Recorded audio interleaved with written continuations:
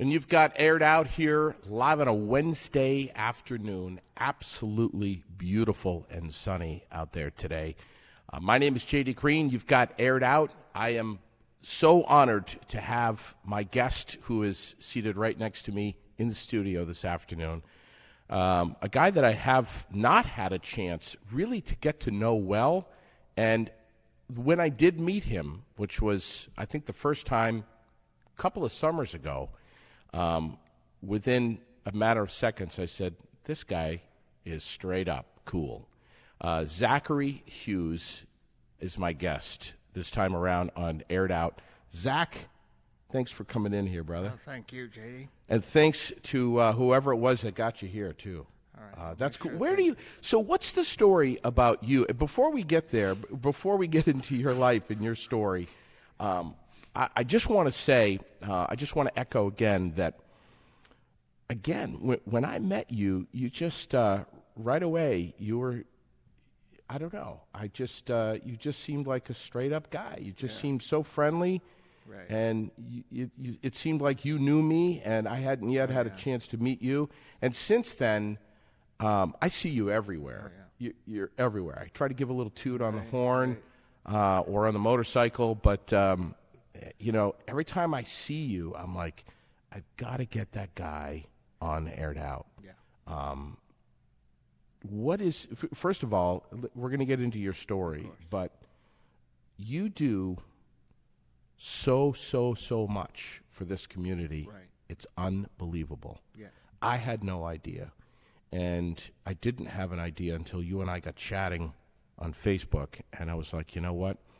This guy's got to get on the show. Right. The Vermont Center for Independent Living, you're very involved with. Yes. What have you done with them? A lot. So I've over the years, I've done a lot. But recently I kind of ramped it up. Got on their board a few years ago, and my mom was the executive director back in the early '80s. Wow! So we kind of are like a family organization over there. Everybody knows everybody, and we're all kind of connected. And I thought it was a great opportunity when they were looking for board members to just jump right on and I do a lot over there as far as board membership, and I also promote a lot of disability rights issues. Yeah. And sometimes do a lot of Facebook work. And I missed a trip to Maine to do a protest because I had to do some work over here. But that would have been fun. I told people I missed the protest in Maine today. But so what was the protest about? Well, in Maine, it was going to be, there was some drastic cuts proposed in this administration's budget, the president's budget, and we were really concerned about that. And so this organization called Green Mountain ADAPT put together another ADAPT put together a protest in Maine. And we were interested in getting Senator Susan Collins' attention that day, I think. And I just couldn't make that trip, but I wanted to. Yeah. It was a day trip, of course. Right. Over and back. So. Are you concerned about any of this with Green Mountain State? I'm concerned every day. Because that is at vital services. Yeah. To people. Like people who get Medicaid, Medicare. Yeah, sure. Anything like that.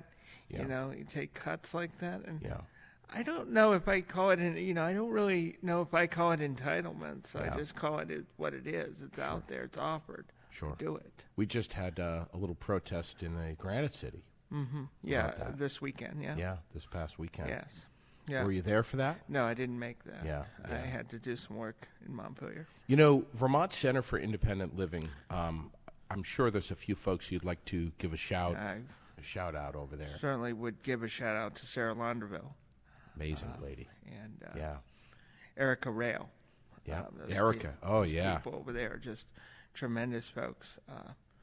Those are the two that I know. And I really, I certainly would give a shout out to the board president, Martha Roberts, and everyone on the board. You know, that's an umbrella. The Vermont Center for Independent Living is an umbrella that every time I hear about it, it's bigger and bigger. Yes. It is a huge catch net. Yeah. It does. There's so much that's involved over there. So the basic idea behind the Vermont Center for Independent Living, their basic mission is to get folks with disabilities or limitations and get them integrated into society, the community, their local community, and get them dialed into being an active and participant of their community. That's right. I mean, is that basically it right there? That's right. And to do it in an independent fashion as possible. Yeah. So, you know, and I just wanted to mention that Vermont Center for Independent Living is celebrating its 40th year this year. Wow. We just had a gala a couple weeks ago over at National Life. So it was, you know, I think it's all great stuff they do. Yeah. And, you know, I love being part of them. And what is you're on the board? I am on the board, yes. So what does that mean? Is that a once or twice a month commitment? It's a once a month commitment at a minimum, but Okay. they also ask you to serve on committees, and they also they might ask you to do things like post on Facebook about vital things. Sure. You know, show up at events. Yeah. You know, so I mean, I probably should have been at that Medicaid march. Yeah. Yeah. No, that's all right. You know, but Yeah. but everyone knows that I'm behind them with that, and Yeah. you know, I think that's what's important. Yeah. You're such a busy guy. Yeah, well, trying to slow it down a little bit. Yeah. What you do it's amazing. I mean, let's talk about Washington County mental health. Sure. You're on a well, why don't you say? I'll be glad to. So, I've been actually a part-time employee at Washington County Mental Health for it's been 19 years now, and because I started out as a contractor with them, so I count that too. Yep. And and so I've done that. So my start out was at their peer phone line, which is currently not operating right now. But I started there, and then I worked my way into other programming there that they had. Like I started doing, I worked over at their crisis bed for peers, run by peers. It's called Maple House. So I worked there as a worker for a few years, and then I worked my way into the team leadership positions. I'm the assistant team leader there now. And there's a lot of different peer programming going on out there. When I say peer programming, I'm talking about, folks like myself who know what it's like to have a, depression or mental illness in any form. We're able to identify a lot easier with each other than a professional who's, like a, psychiatrist or something who doesn't really have that, connection. So that's what they call peer. Yeah. And that's been kind of the work I've done over the last, 19 years, various different things, serving in different boards, showing up at different meetings. And now it's just basically, working at, Maple House or doing other short-term stuff. Yeah. But, the other thing is that I try to promote collaboration with Washington County, because a lot of people, some people, don't want to have anything to do with mental health. It's a stigma. It's a stigma. It's and a huge I know that stigma. You had talked about, we're talking about suicide a while back, and that's a very serious topic we deal with, and of course, and part of my job is, crisis in a crisis bed is. We see that situation come up where people are in crisis. And you've seen some of the other shows I've been on that I talk about it in depth, and so it's a passion of mine. Yeah. A bulk of the work I do is volunteer too. So some of the stuff like I do on the side because I like to do it. It's But what I think is really interesting is why I ended up starting to do it in the volunteer world. Why? That's where I started. I love asking why. Well, that's good. And the reason is because when I moved out on my own, I didn't have any work. And so I was on full benefits, SSI, Social Security, not a big deal. But I thought I wanted to give back to the community. So the way I started to do that is me and another gentleman who lives in a different state now, we co-founded a very small grassroots organization that's still alive today a little bit. And we started to work with people who were having a hard time, who were under the radar. So organizations weren't picking them up. So we would kind of, guide them in the right direction. And so that was kind of my volunteer kick. And then one night I was in a friend's house, and they worked on this pier line at Washington County, and they told me about it, and I kind of said, whatever. And one night I just remember saying, well, how do you sign up? And they said, are you serious? And I want to say this was about 1999, late 99. And I said, yeah, I'm serious. And I thought it was going to be really easy. I remember thinking, I love to talk. I could do this for 5 hours. Not a problem. And you know what? You don't have to pay me. They said, oh, no, we're going to pay you.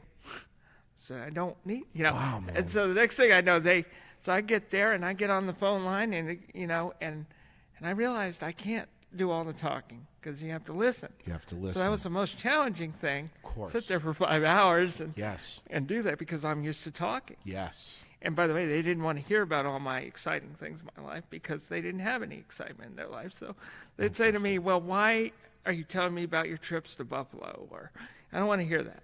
Yep.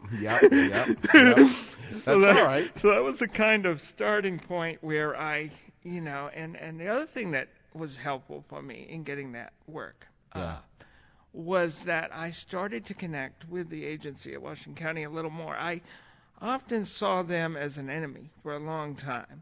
So it was like the Reds and Blues, and I actually wrote a paper about that. I'll send that to you. I think you'll like it. And I wrote a paper about it because I was like, yeah, one time I saw them like the Russians in the U.S. And, and so that really was cool to be able to connect like that and be able to, because I never dreamed I would be working for them. I actually remember thinking, no, I'll never work here. Wow. And I ended up working here. And somehow, I've been through, different things, thinking of leaving, career change ideas, and sure, but somehow I stay in it. And then I do the other volunteer work on the side. So there was a lot of, for me it was about giving back to the community. And I used to joke about it. I'd say, well, I don't want to sit home and watch Oprah. And actually it wasn't about Oprah, but it was really just, that was the idea. Because it can be, I think I just read an article recently, and I didn't quite get all the article, but the best kept secret is volunteering. And I think volunteers are telling somebody last night that it's very hard to come by actually good volunteers these days. I think it's hard because people need to work, actually do employment. Yep, and they have lives and they have lives, and it's really different than it was. Sure. I think it was different because I think we all think we can start this volunteer initiative up and got 7 good people. No, not always. Right. And I think that's I live in a world where I thought, it's going to be easy. We could do this. Yeah. And so, but I'm starting to. I also, you reach a point in your life where you say, well, you need to reevaluate certain things. And I mean, I think that I love doing what I do, but it's really fun stuff. I don't get up at 3 in the morning, but I have gotten 3 o'clock in the morning calls before. They're rare, but I do get them. Yeah. So some of the work I do is, Washington County is like, administration, the staying overnight in the bed with the guests, as we call them, or providing supervision for the staff, and making tough decisions really quickly. Wow. And getting that 3 o'clock in the morning call sometimes, and having to decide, what to do with the situation. Yeah, okay, I'll be right up. Sure. So, and I think what I said in one of my interviews goes to what my life is sometimes like. I think people in my life have had a challenging time. Relationship in life is very difficult because you have you get dedicated in a career and you think, this is what I like. And you have a relationship saying, stop. Yeah. And I think, I might as well get real here today because I think that's the name really of the show, man. It's called Aired Out. Yeah, well, yeah. That's really what what that's about, is just reevaluating different things. And I know that recently you had to get you decided to get out of radio. Yes. And that was a very shocking thing. I remember just... yeah. Yeah. Well, I looked at it and I said, what? Yeah, I'm sure you did. But making, you're right. I mean, reevaluating your life and making hard decisions and stepping out of your comfort zone is huge. And there's so many of us that don't do that. And admittedly, I've been one of them. I know where my comfort zone is. Right. And, I've never been a huge fan of the camera. That's why I've been in radio. Yes. So, but, the radio industry has changed drastically, especially over the last 10 years or so. You're right. I was a little nervous about taking on some new challenges and trying some new things. And stepping out of full-time radio, but I'm so blessed to be able to still have this connection with the community through this podcast. And yes, and it's just I never wanted to lose that. That's part of the reason why I didn't get out of radio, is because I never wanted to lose it. So ironically, last day, and I said, man, that came up quick, and and the last day I was coming up, and it was in the rain because I had to meet with my supervisor. Yeah, and you played a song that I used because I had a very tough time, and a couple years ago I had to go into a boardroom, and we were going to have a tough meeting, and I played this Tom Petty song. Yeah, Learn to Fly. And I absolutely, it just cheered me up. I was driving along there on Liberty Street, and I in Montpelier, and I just said, oh my God. Yes. and I got to call this guy. Yeah. Before I go into my meeting, make the call. Was that what I was doing? I was downstairs in Maple House. Really? I'm going to make this call. Yeah. And I tried to get through a couple times. Finally got through. And that was May 10th. Yes, that's right.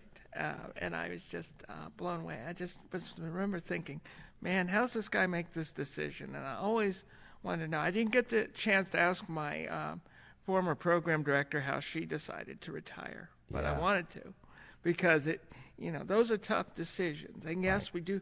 I used to joke about it. I'd say, I'd say, well, at least once a week I think about what it would be like to leave.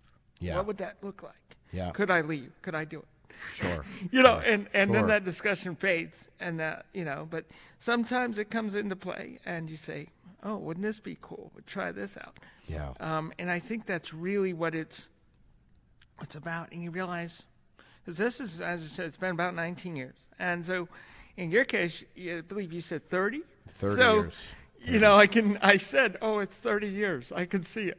Yeah.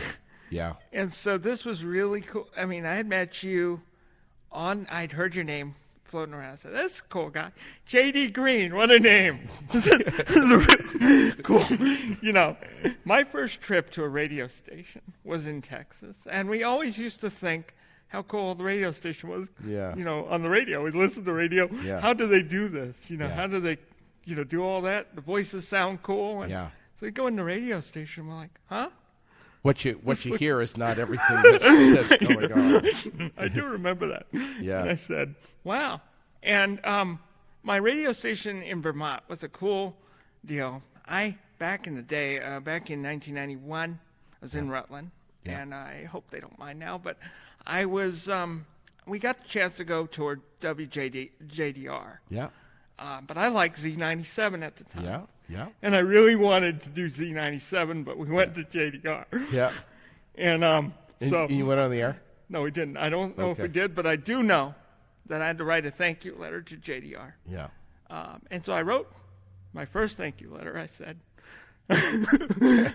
thank you for the tour of the radio station and the coffee cup. I don't really like your Good for you. And of course I was asked to, draft the letter, which I did. But I wasn't happy about it. But I ended up going over to Z97 at some point. And it's just radio stations are, and one of the misconceptions, which you quickly cleared up, is I thought, this would be really cool to be on the radio. You get paid for it. It's happening. We got this. Right. But what I have learned from you and, I've often listened to NPR. Yeah. And what I used to hear was they'd say, we get up at 3 a.m. And I'd say, huh? Yeah. Or even earlier because they earlier. have to prepare for it. And of course, TV's even worse. They're up at 1 o'clock in the morning. Really? Yeah. And so I thought this would be really cool. And I think one of the things that woke me up in high school was I did try a TV show in high school. That was my first exposure. We did this, but then I had to go in the media lab because we didn't have fancy assistants to do that for you, so you had to do it on your own. And media lab, I said radio station's a lot better because I can just flip a switch and go live. And that's what I did do some radio work out at GDR. Yes. Not the one in Rutland, WGDR at Goddard. Yes. And I got my FCC broadcast there. Because I was in high school, and they allowed me to connect into a slot. And so I had an hour slot. And I was 18 at the time, and I really enjoyed doing the show. I'm giggling because because I got licensed by the FCC to be in radio when I was 19 years old. Yeah. And I never renewed it. So all of these what are you doing? So all of these years that I've been in radio. So how does that work? License. I don't know. It's okay, too late now. Who knows? You'll make it a call. I'll tell you what, though. The whole podcasting craze is just something that's so new and exciting. Yeah. And it's just taken off. It's just taken off. I love it, man. More and more people are connecting on social media than ever before, especially YouTube. Right. It's massive. Right. It is very massive, as you can. I had, my friend's kid one day was asking me if because his parents were being funny and so they'd send him home with me. And so he asked me, do I play video games? And I said, no, I YouTube. And he backed off because he wanted video games. But I thought that was the coolest thing, and I think it's a good craze. And I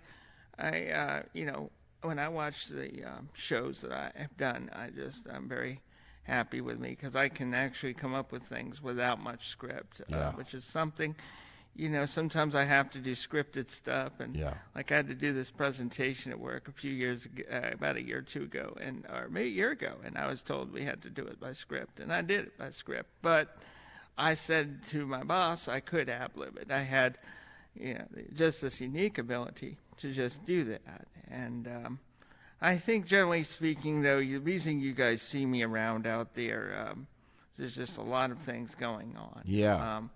We see you everywhere. Yeah. Zach usually has very, very long hair, borderline afro. Yeah. With you like that, huh? With this huge orange hat. Yes, that was my orange. Winter apparel. Yes, your winter apparel. And I told friends of mine that I wear that. Yeah. Usually in the wintertime, I wear that as as my accessory. Yes. Except that if I was to go in front of VIPs or a job interview, I probably wouldn't do that. Yeah. And the reason, I do appreciate that you brought up the haircut. Yes! That interview was done in the winter. So it was, both interviews were conducted in the winter time. So I thought about cutting my hair, but one of the reasons I didn't is because I like to, when I'm out there, I like to have, some warmth. Yeah. And I think that's hard. If I had to be present, and I do have to be presentable, but there's and I realized after I cut my hair. So here's the thing about cutting my hair. Go through it every year. So I take one snapshot of me long hair, and I say goodbye to this, and I don't get any likes on that, maybe one or two. Yeah. And then I cut my hair, and I put that up, and immediately I have, over 40, 50 likes and a love here and there. Yeah. And people were just like, oh my God, you cut your hair. And the reason I cut my hair recently, well, the overwhelming reason was that I had to go to, a couple trips in 1 week, because we were promoting, I had to go review some programs out in other states, see if we could roll them into the hospital here. So we did that, but I had to go get my hair cut. Yes. So I did that, and I get to the airport, and they said they didn't even recognize me because I had taken it down. Yeah. And the thing is, you saw that hairdo in my show. Yeah. In that last show, and I was just thinking about that. What's he going to say to that? And I took a picture because I wanted to immediately show you that I had cut it down, and I also prepared myself a little more today. But the thing is, appearance, is obviously everything. Right. But I also understand, at least in Vermont, and I kind of joke about it. In Vermont, it feels to me kind of laid back for the most part. Sure. But I think, when you're out there, and I used to, you would have seen me 19, 20 years ago out there in a wheelchair like this, a little more outfitted out. Yeah. And you would have seen me pushing around out there a lot more. Yeah. Today I use a scooter to get around, and that's why people see me a lot more. Sure. There are times when the scooter breaks down. Or it's wintertime. And you can't do it. This is really, how do you do that? And that's really a good question. This winter was actually one of the worst because I got stranded several different times. I guess I better open my book a little bit. I think it's fine to open my book a little, but I think one of the problems out there that people don't understand, and will never understand unless it happens to them, is that if you lose your scooter or you lose your chair and you're stranded in your house, there's nothing like it. You call people for rides. That's fine. But what happens is sometimes people can't do it, and so you're kind of like, what do you do? And I think I had, the scooter thing is really interesting because scooters are like cars. So scooters can break down. And the scooter did break down because I had a couple of insurance issues that happened, which delayed critical repairs. You put them off long enough, and the scooter basically says, you know what, screw you. Yeah. And that happened. The scooter would stall at the wrong time. So, of course, I couldn't take it out in that state. So I would be in my house a lot of time, have people either bring me food or I would somehow get food to me. And it was just a horrible situation. And I'm not saying that to feel sorry for me. Mm-hmm. Under no It's a reality, though. But I think it's a reality. And I also think that that is a hard reality. And I think people don't always get it until something happens to them. I had a friend of mine and colleague who served on a state committee with me who got into a car accident. And I watched her as she was trying to get people to help her get a wheelchair into her car, and she had the hardest time doing that because, it's not easy to, get people to necessarily help or get that done. And I think that that's also something that people learn really quickly about that sort of situation, being in a chair or being in. I had a gentleman my neighbor last night say, "The world must be smaller for you." I said, well, actually, I don't think the world's smaller for me just yet. But it can be, depending on how, if you're confined to crutches, wheelchair. Way it started out for me is that I was born in Texas, of course. And when I was born, there was a lack of oxygen at birth. People tried to say, oh, your parents did drugs, and that's why. No, that's not why. Why it happened is because I was born in a clinic, which is not a hospital. So when I was born there was no oxygen available, and cerebral palsy is caused by oxygen deprivation. I had counselors grilling me to say it was about drugs and alcohol, and I said, no, I did research. Interesting. So this is really about, I've been described as very fiercely independent, and I tend to be, I have a hard time asking for help. That's true. But I pride myself in the ability to remain independent as possible. I just said that the other day to somebody. They asked me if I wanted help with something. I said, well, I'm going to maintain my independence as long as possible, because it's easy to lose that independence if you end up, getting hurt, or if your chair gets lose it, but also it's tempting to give it up. Right. Give it up. I think there's also the temptation. I had a friend of mine who had. I still get out of the chairs and I still move around. So I have my crutches. I can walk around a little bit. I don't do it very much, but I can still maintain what's called upper body strength.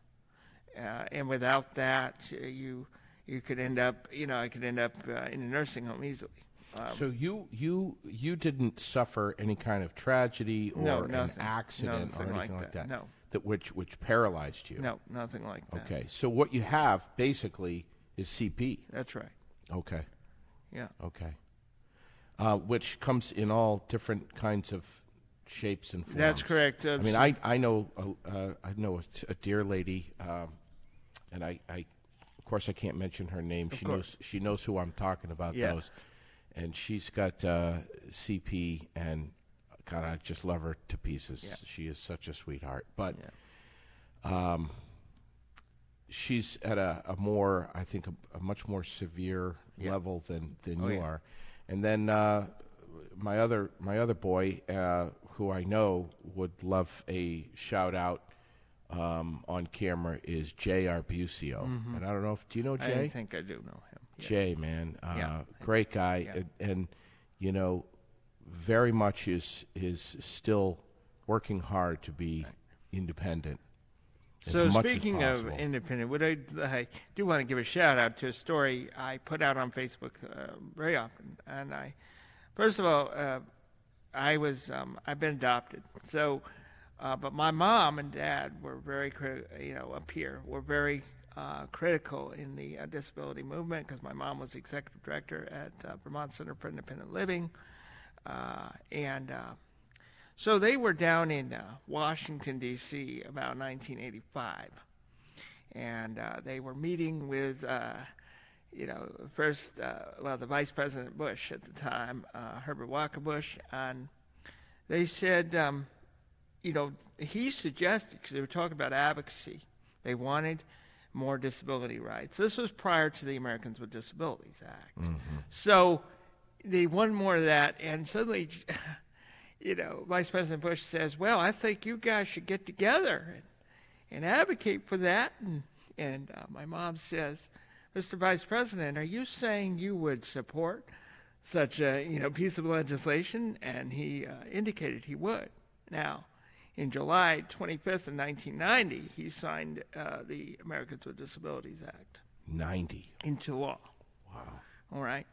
And there's a lot of stuff about the Americans with Disabilities Act that's made critical changes to how things are done today. And I won't go too deep into this one, but one of my passions is, you might do another show on this, but one of my passions is service animals. Yeah. And therapy animals. Not therapy, but service animals and emotional support animals. Of course.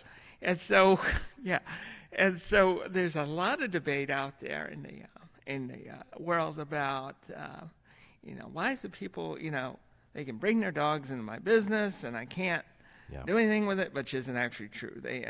There's a lot of rights that can be conveyed. But I think what's really fun is just, and I'm not being fun, but I dealt with one the other night, dealing with a cemetery here in Barrie. I was just asking the service animals, are they allowed into the cemetery? Yeah. And I had a firestorm of comments from people. This is something you asked on Facebook? Yeah, I did. Yeah. It was on the Berry City Police Department site because what they were saying is no dogs on the, which is fine. It's saying no dogs on the cemetery. So I said service animals. Yeah. And I immediately got a bunch of people, a couple of people really saying, well, that's not and the reality is the way the law's written, it's really they changed it. It used to be really open, so anything pretty much could be considered, in the 1990 version, anything could be considered a service animal. Yeah, and we've got them today. We have our service animal chickens, right. And boa constrictors. Those are alligators. So here's what those usually are considered. Those are usually considered emotional support animals. Yes. Those are different. Right. So those are not service. Yes. Service enjoy more rights. Yes. I can take my dog anywhere and say right. It's a service animal. Yeah. In the way the law is written, it irritates people because all I have to say to the business, for the most part, is the dog is a service animal. And they get to ask me two questions. I think those questions are, what type of service does it provide? And I think there's another one. And so if I give them the answers, they have to take those answers at face value. And that's what irritates a lot of people is this isn't right. People are bringing dogs into businesses. Yeah. They're claiming they're service animals out of convenience, which is possible. Grocery stores. Yep, I've seen that. And one of the things that bothered me, and I have started saying it, I said, well, I don't think it's very appropriate for an animal to be sniffing in the candy aisle. Sure. I absolutely, I have friends of mine who are they have a niece or daughter who have a service animal, and they just go hog wild about people who try to, get their animal through. I'm part of a pit bull Facebook site, and I told people, because I can write emotional support animal notes. I can do that. And I had said to these people, I would never write a note if I didn't believe that they, were necessary. Yeah. And they said, even to save an animal? And I said, well, I believe in the spirit of the law here. Yeah. Okay. So I think what we're trying to do is just, try to convey to people that it's not a good idea to take your dog and say, he's a service animal just for the heck of it. Yeah. I think it does a disservice. But I also like the flexibility of the law. The law was changed, as I said, because it used to be exactly what you said, actually. 1990 version could have been a boa constrictor, an alligator, a chicken, dolphin. I said to my girlfriend at the time that it could be that we get a dolphin tank in here. Yes. And that's really what that's... My emotional support scorpion. Yes, today, yep. Yeah. But back then you could have done it. But then the law was changed because the Department of Justice went to Congress and said this is being abused. Amazing. So what they did is they said the service animal is considered a dog or, in some cases, a miniature pony or horse, miniature horse. So I know people give me that look all the time about the horses, but they do it. Yeah. They do have them, and and we're waiting for our first one to show up at Maple House. But wow. I'm joking, but not really. Of course. But no, we have a nice grassy knoll outside. Yes, in case you have. Hope people at work don't mind, but I'm just saying, no, we haven't reached that point yet. But I think there's a lot of misconception with it. So what I tried to tell this gentleman the other night on the Berry Police site, before I realized I was on the Berry Police site, so maybe I should be not as passionate. So I said to this gentleman, I don't want to give you the time of day. I'm going to, you just research this, and we're going to do it. You can research it, and left it at that, and he's really going at it because his beliefs were a lot different than my beliefs. Right. And so I just wanted to point that out because I think ADA is, and the way they changed it was they amended the ADA, so it's actually called Americans with Disabilities Act Amendments now. Yes. And that covers just about everything from work environments to the ramps you see, the buses, the Greyhounds that have lifts in them now. Sure. That's not 100% good, but right. Greyhounds are good. The airplane travel you're in, well, that's sort of covered. Actually, they have their separate law with that. But it's all good stuff about being able to get around. That is the critical thing. And No, you mentioned VCIL. We mentioned VCIL, and one of the things they just make sure people can get around as well, and live their lives in a quality manner, and not be isolated and tethered to wherever it is that you live, whether it's the confines of your apartment or your home, or the confines of just your main street. You've got to be able to branch out. If you're going to volunteer somewhere, if you're going to work somewhere, you need to be able to physically get there. That's right. You need to be able to do that. So fiercely independent is how you're described. How old are you? Where do you live? I am. I'm 41. And where do you live? Montpelier. In Montpelier. Yeah. In an apartment? Yes. Alone? Yes. How do you do it, man? I mean, the question. I do it. One of the things I did want to mention, because I just love seeing the nursing home coverage you've done, because I think they try to call them rehab facilities, and I appreciate that, but I usually just tell them to call it what it is. And I have to say that is the fallback to what happens if something happens to me. Bingo. I was thinking about that driving here today. So what I want to say to this is I lived a very naive existence in my little fantasy world right up until March of 2010. My hip had been giving me a lot of trouble. I struggled with whether I wanted to get an operation, kind of put it off, said, whatever, guys. And my hip suddenly gave me a very hard time. I spent 7 days in the hospital, and they kept insisting I needed to go to rehab, which I knew what that was. It meant I needed to go to the nursing home. And I kept putting them off, trying to push them more and more. And finally, they said, this is the day we're doing it. You can do it or you don't. And I had no choice to do it because I was in bad shape. So what does that mean? First of all, I realized I was not in control of my health care choices. That scared the crap out of me. I always thought that I had, I could work with this team of professionals and we could determine the best course of action and just talk to me. Not the case. What happened is, 7 days in the hospital. So day 7, I was told it was time to go. Here we go.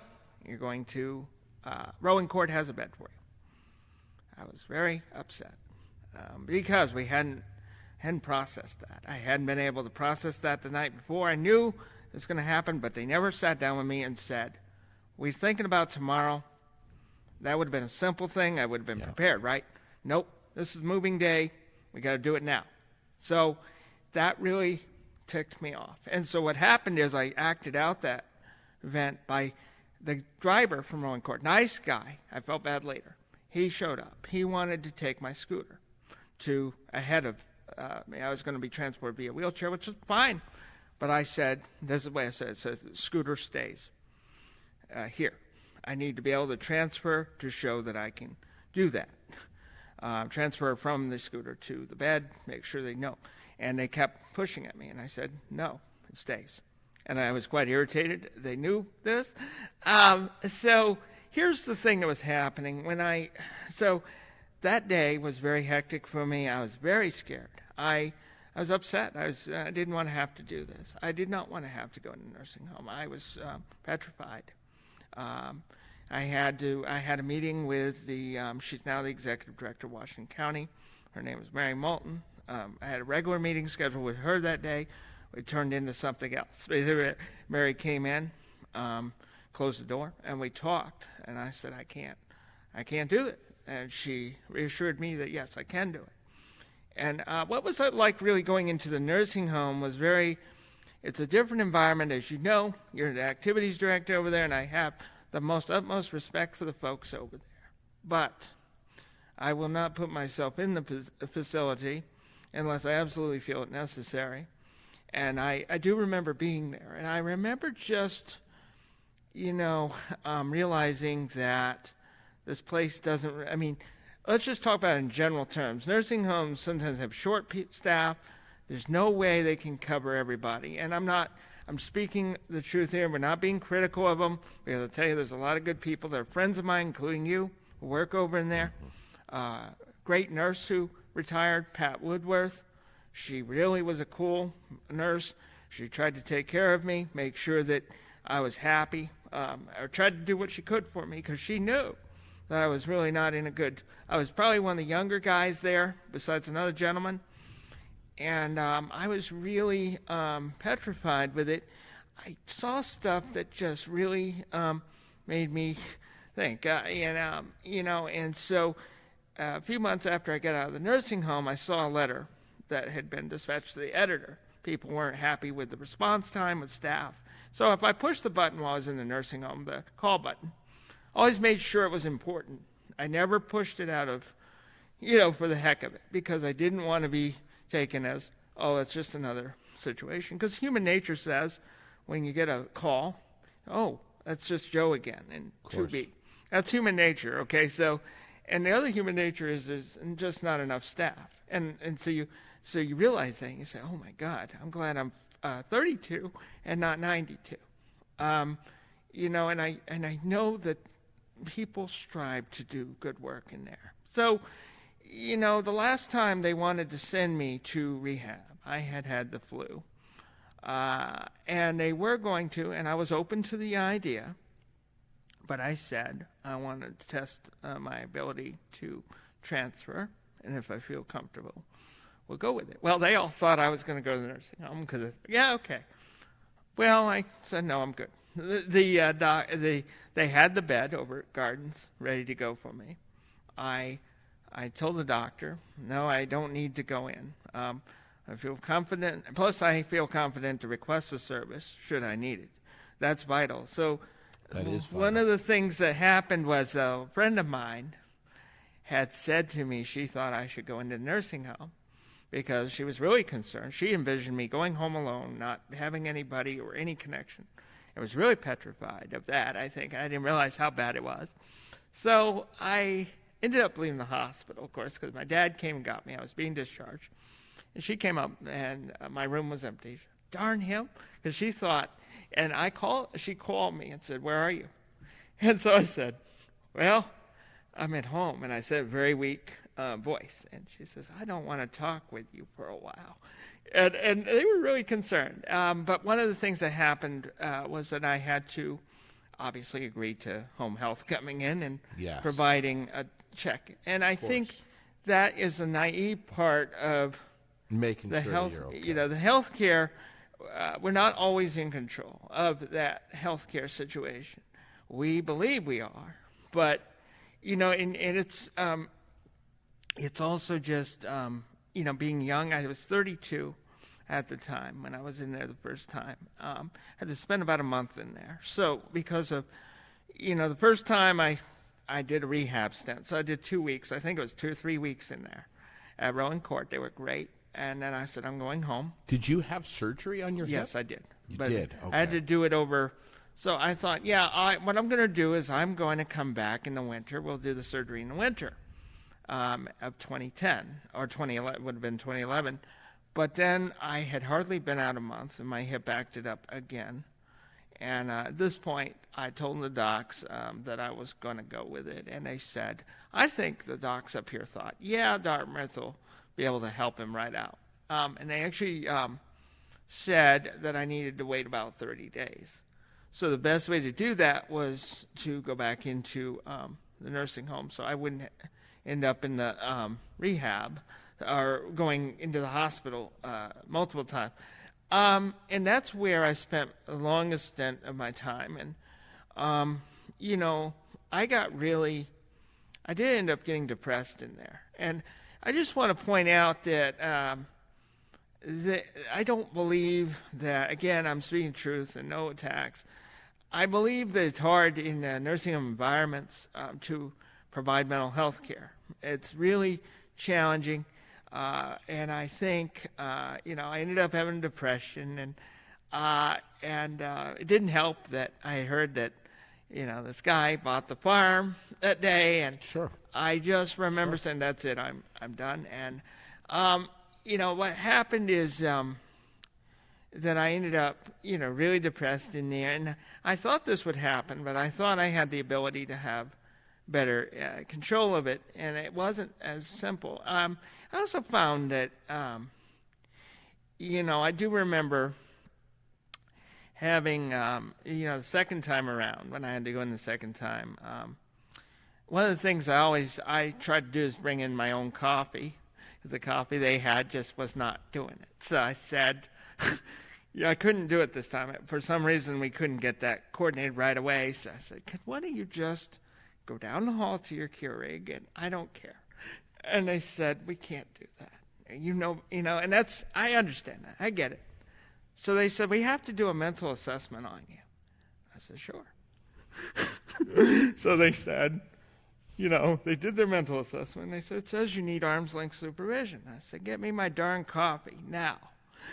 And they did. They went and did something. I don't know what it was. And then they pointed me to a coffee maker down in the basement so that I wouldn't, and then I had my coffee brought in, because it was just very different. I think that is the part of the life that people, don't quite get, is that, and it is in the corner of my mind about that type of thing, having to go in there and having to just, you end up having to accept the environment. Sure. I always used to say, well, I don't know if I'll be able to. Well, you have to be able to. And so a lot of the, and I do appreciate that they try to call themselves rehab facilities, and we get that.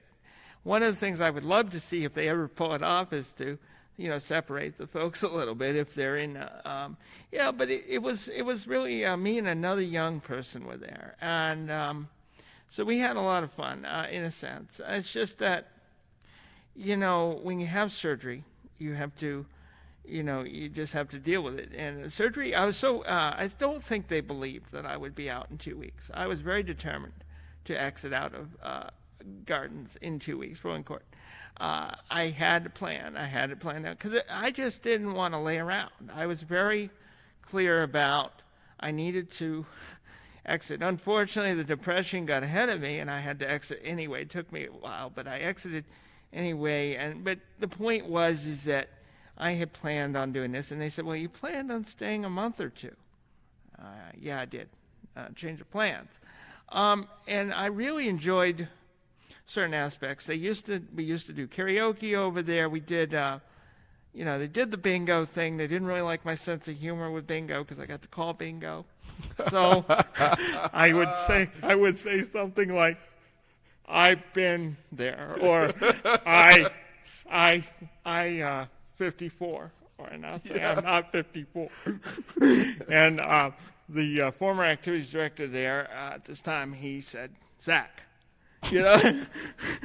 or I put 7 once, or B 21, and I would just have a ball with doing that sort of thing. And I think it was one of the things that used to be really cool about just, you look at the people, and I just remember how resided they were. And that's why activities directors are very critical, because they were just resided to being there. They would say to me, why are you causing, and I wouldn't cause trouble. But one of my problems is that if I wanted orange juice, I wanted it. Yeah. So I would say to them, they need to do something about it. And they'd say, well, we need the orange juice for crash cart scenarios with diabetics. Yeah. I said, well, you guys get money. Yeah. So, there were things that I would do there that would really kind of cause a little bit of, shake-up, because that's what I was used to doing. But you left that environment and went back home to your independent living, probably vowing that you would do anything that you could. That gave you willpower to try to stay in your own environment. I think it's always been a willpower to stay, even before that. But I think that, making critical decisions about placement in a, and I'm very grateful for Vermont, because Vermont has the ability, they send in people who are separate from a state agency to come in and make sure you need to be there. Sure. So there was a gentleman who would do that, and he'd come in, and his name was George, and I'd call him Curious George. And he'd come in, and he would ask, I think he asked me like a few questions, and then he'd clear out. But other states. So I come from Texas, and I have a friend from Texas, a nice gentleman. He used to live in a house. He went independent, but he ended up having to move into a nursing home. And I watched him have to make that move. He was very upset about it, but he somehow accepted that, which I don't know if I would have done that, and I would have done eventually, but I think he just, what I saw when I did my last trip to Texas was something amazing. So a lot of my friends from down there were, some of them were independent, but some of them were actually in nursing homes. Like, it was no problem. Like, I live in Twin Oaks now, and I'd say, I bet if you were in Vermont, you wouldn't live in Twin Oaks. And there's nothing you really say about that sort of thing. The other thing that happens there with us, with folks in my situation, is we might be with somebody who's an adult caregiver. They call it adult foster care, but it's not really like that. It's just, and I have a friend who's in that situation, great woman who does the care for her. But, you know, sometimes I think, man, that would be great to get them up here. Because it's really about, and I think that's a lot different to me. So one of the things that people don't know about me, I have a shirt on. This is a Hewan Center down in Texas. This is where I was for 4 years of my life as a child. So what happened to them was incredible as well. So Texas for a long time, they'd send their children to institutions like Hewan Center, who were in foster care, but were in wheelchair crutches. They'd go to Hewan Center. In 2011, I took a trip down. We did a fundraising stunt. I spent $125, had a wild goose dinner. Sort of smells like that turkey we have in the studio here. But it was cool. But in that trip, we got to tour the center, which had gradually closed. They were gradually closing down a little bit, but they still had a few people in there, kids. A few months later, I got word that the Texas legislature had decided to send the foster kids who are in the situation I was in to actual foster homes. It was a directive that came down. So no more, sending them into Hewan Center. So Hewan Center suddenly turned into Hewan Center Day School. Interesting. So Hewan Center was really, Hewan Center was and Hewan Center had a connection. If folks are familiar with Bob Hope, he did a lot of comedy and movies, and But what you don't know about Bob is Bob had a connection to the Hewan Center. We actually had a high school over there named after him, and so I just think that there's what I've spoken about in my previous shows on Orca is that Vermont has adopted a very strict independent self-advocacy movement. Oh, huge. So you can't just commit Auntie Lulu to a facility anymore, Correct. Okay? Very familiar And I think with that's this. really, I'm sure you are. My dad certainly is very familiar with it. I'm familiar with it a little more. But my takeoff from it is to say that Vermont is doing quite well. I do love, saying that we do great work, and I do caution the, legislature that if we take cuts, that we could, step back. Yeah.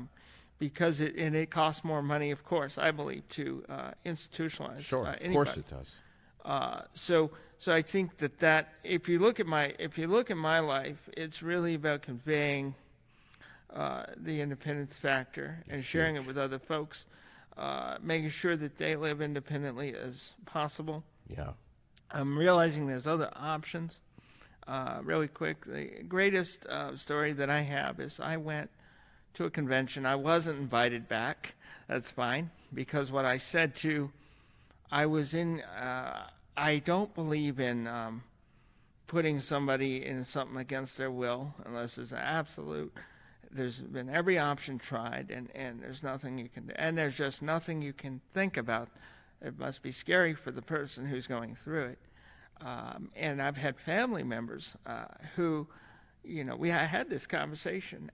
It's very powerful. I had this conversation with my dad because, my dad's a caring person, wants to make sure that everything is being, tried, and my approach is, well, I want to make sure everything is tried before before we take the step. But at this convention, I was as a panel, and the person asked me, should I talk to my relative? Or, they said, what can I do? Because I'm having trouble with my relative, and I can't seem to get them to, react to what I need them to do. And I said, they said, can I get guardianship? And I said, have you tried talking to them, to the relative? And they said, oh, I can do that. And well, one of the things that I was never invited back, but that's fine. How would you like to, be taken into guardianship? When I heard the word once or twice, it freaked me out. Nobody likes the idea of having your guardianship taken away. And, people who are, thinking about involuntary medication, anything like that, it's scary. Sure. So, these are things that are very passionate. However, in the same breath, I'm also looking to look at my life right now. And so one of the things that happened and occurred to me last weekend was I was brushing my resume up. Yes, I was. Because, sometimes you have to look for other work. And don't worry, I'm not going anywhere. But Sure. I try to convey that. But I was brushing up, and I said, oh, my God. So I looked at my resume. You see part of it there. But I said, my God, 21 years. Why am I doing this? Because the reality was I had all this stuff.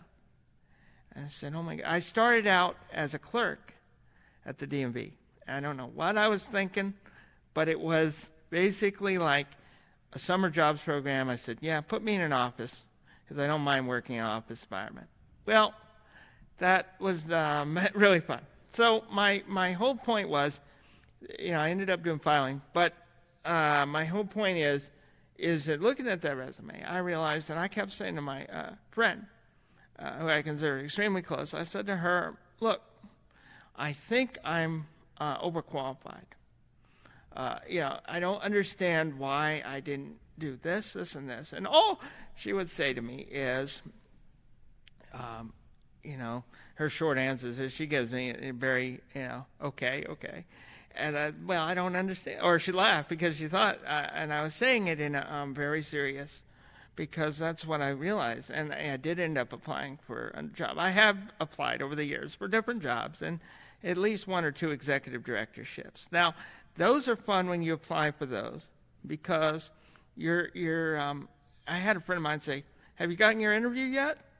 Well, when did they interview you? I said, well, I've been lucky to make it past the weeding of the resume stage, which I never did in either one of these, but it was a good exercise. And I think I think the reason people leave their employment, or think about it, is they need a change, or they need to, they have people who, they just don't feel respected. Sure. Or it's just too wearing for them to do that. It used to be, I have a saying, if I start saying it used to be fun, it's not a good indicator. So really being aired out is a great thing to do. I got to tell you. Thank you, brother. And I look forward to definitely coming back at some point. I was just going to say we're out of time, but I noticed that. I'm begging you because I noticed you looking at that thing. See, I'm begging you to come back, man. I hope you will. We have a long summer in front of us. We sure do. I hope that you'll be able to come back. There's so much more I want to ask you and chat with you about. And I think this is the greatest one because I feel pretty loose being able to conversate instead of being, and I Absolutely. do have to say my interviews are pretty good. I will be going on again with Lawrence again, even though I had to call out for an emergency last time. But it's a great, but the thing is, it's great to be able to be loose and not be, really nervous and, being on a podium and be like, Absolutely, man. And them telling me I have 10 minutes to do a presentation. That's what I want. Yeah, that's what I want this show to be. And I really do appreciate that you had to make these decisions and that you have a new path in front of you. Thank you, brother. And it's just really wonderful. I know we have to close, and I'd love to come back with you at some point because recently I wrote you, and I said, and I know it's a very passionate topic. Yes. So I had written JD here, and I said, we need to do more education about folks who are found incompetent or prosecuting attorneys who decide we have to drop these charges. Yes. I just said, I've got to educate. And so I would hope to do that at some point. Yes. I think it's important and to bring the right people together. Yes. I don't think, I'll just close with this. I don't think it's a get out of free jail card. There are people who serve longer time on the system, which they should, if they need to, than if they were in jail. I think that it's hard because these are hard cases. You see the article and you say, "Oh shit, they did what?" I hope I don't mind swearing, but that is what you do. You say, "Oh my God, they did what?" Yeah. And that's what I see from the governor's office. His reaction was quite public safety, but what he's forgetting is that we have a law. Our law is, the law in the Constitution is if a person cannot assist in their defense or wasn't able to comprehend what they did wrong, then that is what it is. That's why we have a Supreme Court, of course, and they can do all that. But one of the things that I've often heard is this is a get out of jail free pass. Well, it depends if you don't mind being under the card of a mental health agency for 25 years. Oh, yeah. So anyway, I do appreciate that, but I did write you because I thought, well, we'll educate folks at some point. You're going to be back more than once. I do appreciate that. You're going to be back in here a few times. We have and I'm going to be bringing people along. So this is really good stuff, JD. Thank you. That right there is Zach Hughes. Find him on Facebook, man. He's an interesting dude, an interesting guy. Try to get you on, and we'll go from there. Yeah.